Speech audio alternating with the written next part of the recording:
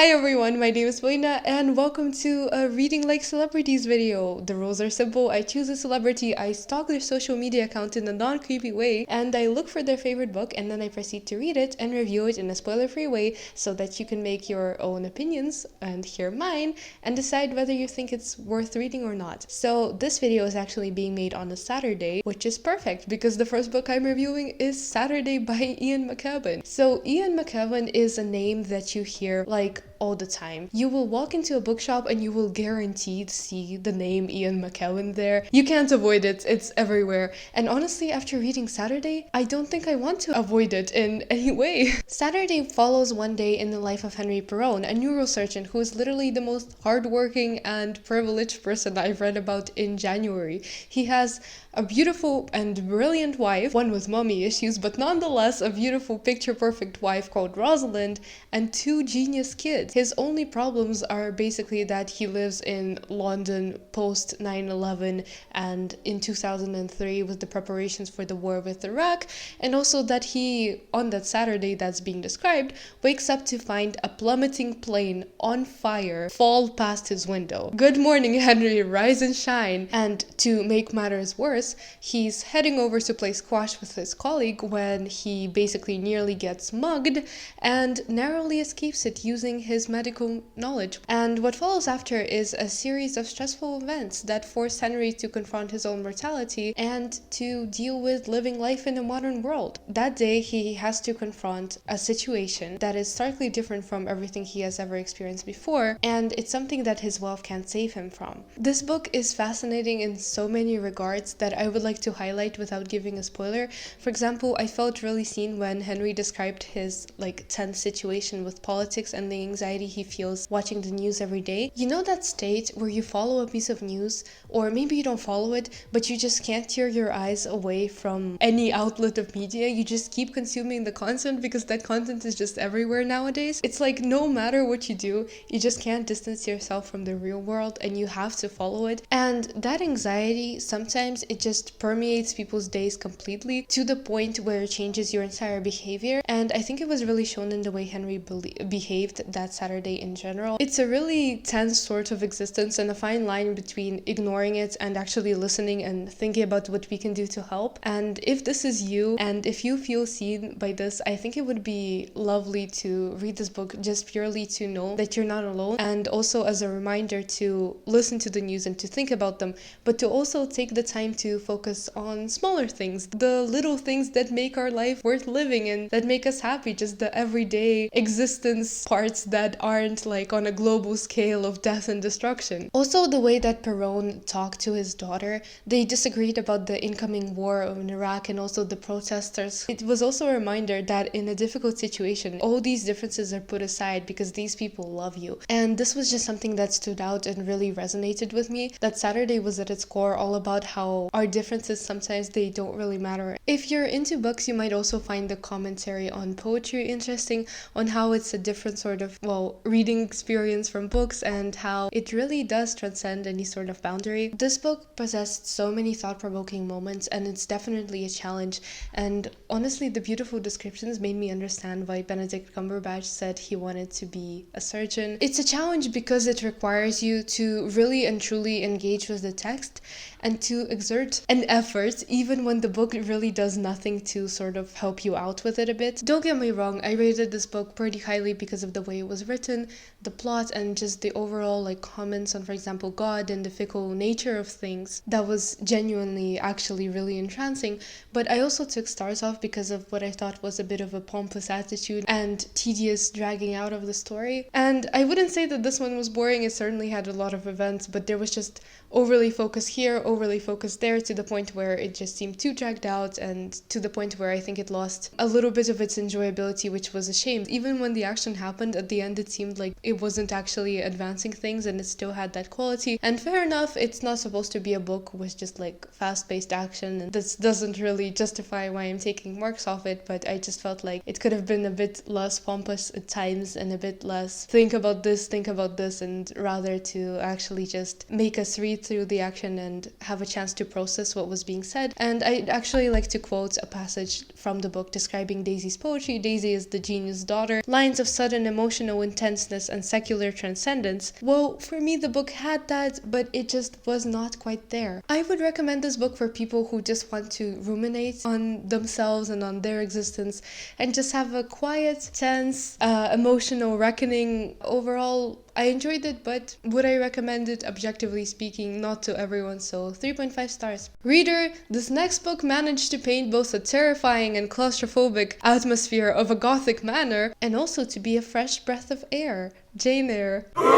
I know that was bad, but I had to get your attention. Jane Eyre is one of those classics that are well worth your time. This book has more plot twists than reality TV and a K-drama in the last minutes. It's so much more than a romance or just an autobiographical book or whatever other adjectives it's described as. It's a brilliant Bildungsroman, and one I'm so happy that I will be studying next year for A-level is The Curse of Bad Required Reading in School finally over, because this book just made me so happy. And yes, the pace fluctuated, and yes, that sometimes cost me my attention, and I was a bit like, do I really love it this much? But the book just really made up for it. In the beginning, I was a bit on the fence because I actually didn't really care about Jane's relationship, sorry. But honesty is key here. I genuinely didn't care about her relationships at that point.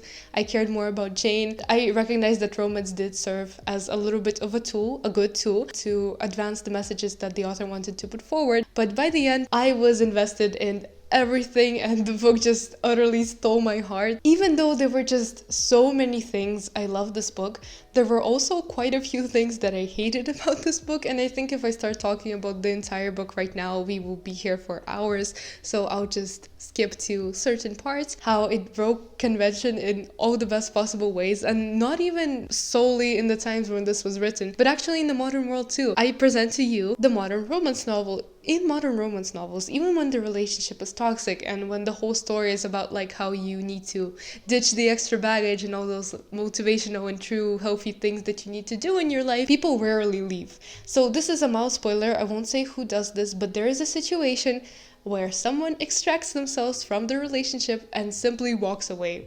And I was like, she did that. Like, she did that. Our modern novels could never. I mean, imagine doing this in Victorian times. Absolutely mind-blowing. She did that, and she also did many things that were about 500 times more interesting than all the Instagram success coaches put together. Oh my god, I truly think that if you take the time, you don't rush it, you don't just dismiss things as boring and actually look into the marvelous examples of foreshadowing that when I finished the book I recognized and went back to, and I said, wow, I think that this could truly become a new favorite. But that being said, I also fully recognize the negative reviews and understand why people gave the book this score. A few things I hated before I fangirl some more. Can we just recognize and acknowledge the red flags right here, right now? There were so many, just so many, in literally all of the male characters, and I understand why Jane ignored some of them, because when you're in love you don't see this.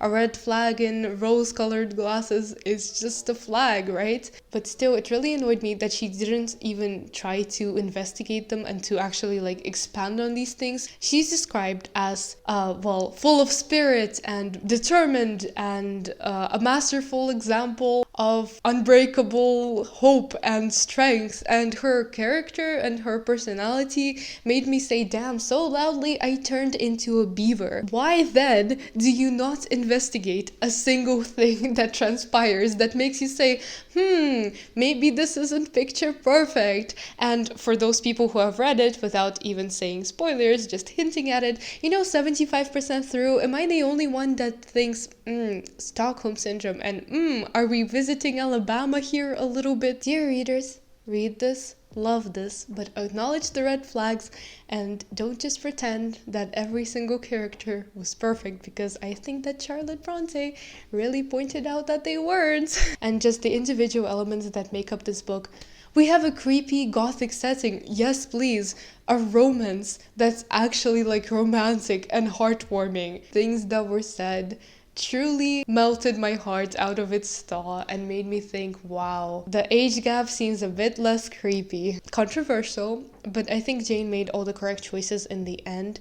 And honestly, if we discussed every single person in the book, you could talk about this for literal days, and this is the perfect book club pick. Also, going back to the whole stereotyping thing, early feminist queen, Jane is the equal of her partner. This isn't like a big spoiler. So she is not above, she is not below, she is equal. True equality. Jane is this sickly girl, but her strength in character is stronger than two magnets, North and South Pole. I do not think, sir, you have any right to command me merely because you are older than I, or because you have seen more of the world than I have. Your claim to superiority depends on the use you have made of your time and experience. She said that.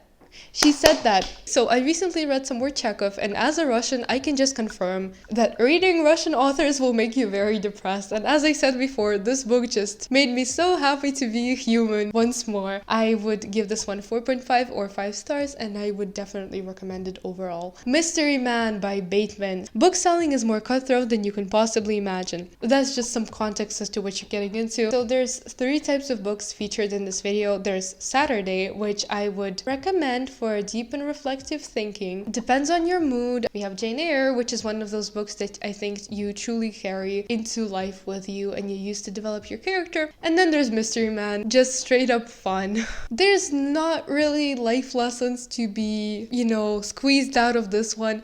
And I think that's okay because sometimes you just want to have fun. And Mystery Man will be kind of here for you. A private investigator disappears, and so his clients start to go to the bookshop that specializes on crime next door because they think that the bookshop that specializes on crime is actually a front for the private investigator. Owner just goes along completely and just goes ahead and tries to solve their mysteries. And we just have a story filled with multiple cases. I love the character because he is a hypochondriac, and I think that makes for peak comedy right there. I love characters like this because I relate to it, because this week I have asked my friends daily if they think my nose looks weird because I was convinced I broke it. Maybe it's broken, I have no idea, but I'm trying to calm down, so please don't say anything. The main character was just so quirky in an actually funny way, and the mysteries were handled really well, and honestly, his commentary on life is just something I think you can understand only if you're convinced that you have every disease known to mankind. Even if you don't understand, it's still pretty funny. The way that he described handling his financial accounts, how he literally just spent money for no reason on a case and then earned it back from another idiot, had me rolling. What I didn't like though, even with all his quirkiness, is that every time his personality really just fluctuated wildly.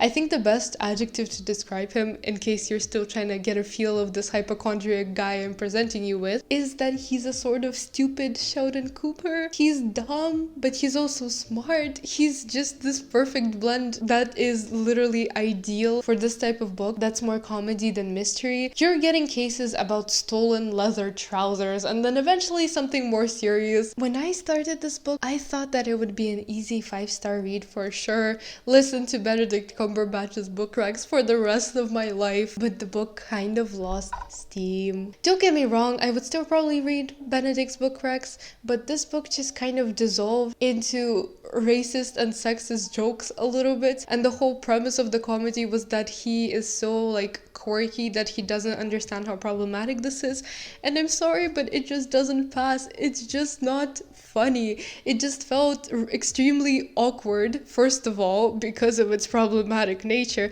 and second of all, it was almost as if the author didn't even want to put these jokes in the first place, as if the author just ran out of jokes because the book kept stretching for too long. So random. There's no place for that. I don't accept that. For what reason? Okay, the mysteries were Studio C type comedy, pretty good comedy, right? It just felt that this shift was wholly unnecessary. I would have perfectly been happy to hear the main character just slander authors back and forward and then say that he hates judgmental people. Another favorite moment was when John Grisham walked in and the main character was so absolutely certain, I'm saying main character, not his name because he's unnamed, and he was so certain that this was actually John Grisham. He's like, oh my god, John Grisham is on every cover of this book, I recognize him. And then the guy like signs his own books, and it turns out that it isn't John Grisham, and he literally just wrote a bunch of random things, and the main character only discovers it when he looks at the books, and then he sells the books to another idiot who believes that this is John Grisham.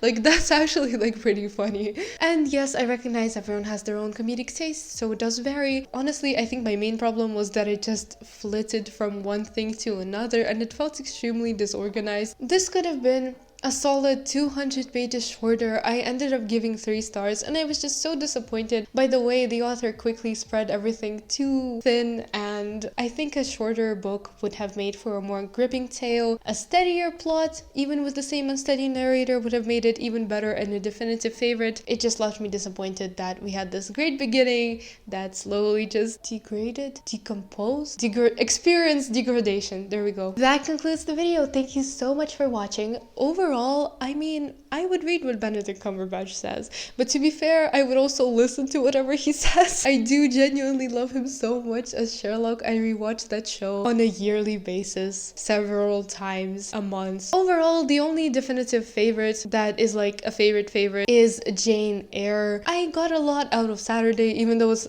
not really something I would just go out and recommend to people just randomly, because I feel like it depends on your mood so much. And Mystery Man, I wasn't bored, so I think there's a lot to get out of here. As always, leave a comment, tell me what you think about these books. Let's fangirl about Benedict Cumberbatch a bit. Thanks so much for watching. I hope you enjoyed it. I hope you had some fun. See you next week.